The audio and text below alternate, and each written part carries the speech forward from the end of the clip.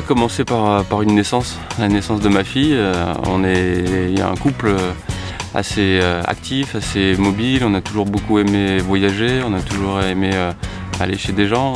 L'arrivée du deuxième, on a vraiment réalisé que c'était difficile de continuer à mener la vie qu'on aimait vivre avec les enfants. Et j'ai trouvé ça vraiment dommage. Je suis convaincu que des enfants s'épanouissent lorsque les parents sont heureux. Je suis convaincu qu'on peut apporter à ces enfants énormément en leur faisant partager la curiosité que nous avons en tant que parents. Et pour leur faire partager ça, on a besoin d'être mobile, de bouger sans entrave à la liberté, sans contrainte. Ce que j'ai constaté à ce moment-là, c'est qu'il n'existait pas sur le marché des produits qui pouvaient satisfaire les besoins que j'avais. Les produits qui soient simples, les produits qui soient légers, les produits qui puissent m'accompagner dans ma mobilité et dans ma liberté. À partir de ce moment-là, j'ai commencé à moi-même fabriquer des prototypes. J'ai commencé à partir en vacances avec mes enfants et avec ma famille, avec des objets que j'avais fabriqués moi-même, tout simplement parce que les besoins que j'avais n'étaient pas satisfaits aujourd'hui par les produits qui existaient. Ceux qui étaient disponibles étaient soit trop lourds, soit trop encombrants, soit pas pratiques à monter.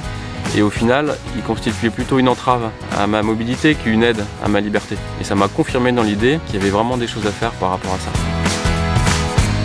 Parmi les premiers équipements dont on a besoin quand on est un parent et qu'on a envie de se déplacer avec son enfant, il y a le lit parapluie. Les lits parapluies d'aujourd'hui ne correspondaient pas à mon besoin. Ils étaient trop lourds par rapport à ce que je voulais faire. Ils étaient trop compliqués à monter, trop compliqués à démonter. Ils correspondent à des usages, mais ce n'était pas adapté à moi. Et moi, j'ai pensé plutôt à un lit de voyage. Ça veut dire tout simplement léger. Le lit que j'ai imaginé pèse 3 fois moins qu'un lit d'aujourd'hui. On a envie d'un lit qu'on comprenne, qui soit pratique, qui nous accompagne. Et on a surtout envie d'un lit dans lequel son enfant est bien et en sécurité. Avec l'équipe de designers, on a surtout réfléchi à la manière la plus simple de le rendre beau, de le rendre esthétique, parce que c'est avant tout un objet dont on a envie. Et on a aussi travaillé sur le fait qu'on puisse le comprendre, simplement, et que les lignes qui étaient tracées puissent évoquer la manière dont cet objet-là va se comporter, dont cet objet-là va se monter, va se démonter. Et ça a été une des lignes directrices de la conception en termes de design.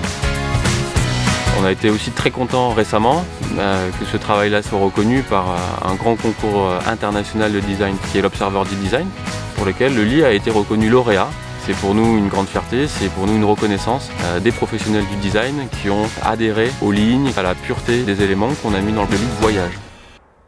On a montré le lit à des parents, l'accueil a été très positif, on est plutôt très content de ça. Et on a choisi de le montrer à un moment de la conception où le lit n'était pas complètement fini. Parce que pour nous c'est important que ce soit un produit fait pour les parents et que ce soit un produit fait par les parents. Escape, c'est une marque, des équipements qui sont faits pour la liberté, pour la mobilité. Et au final, c'est vraiment plus qu'un produit, c'est un mode de vie.